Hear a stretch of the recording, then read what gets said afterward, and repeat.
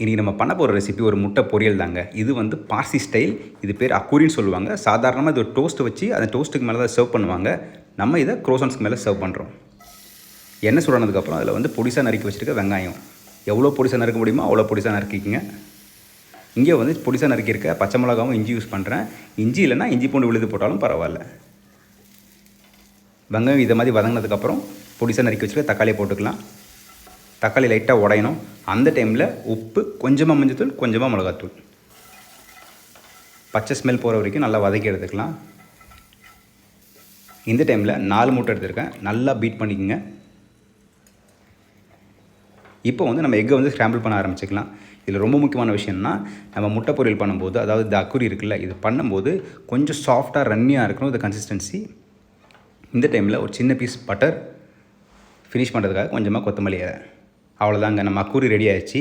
சாதாரணமாக இதை வந்து ஒரு பட்டர் டோஸ்ட் மேலே சர்வ் பண்ணுவாங்க. இதை வந்து நான் க்ரோசன்ஸ் மேலே சர்வ் பண்ணியிருக்கேன். செம்ம டேஸ்ட்டாக இருக்கும். கண்டிப்பாக ட்ரை பண்ணி பாருங்கள். வேறு என்னங்க, எப்பவுமே சொல்கிறது தான், everybody can cook and everybody has to cook.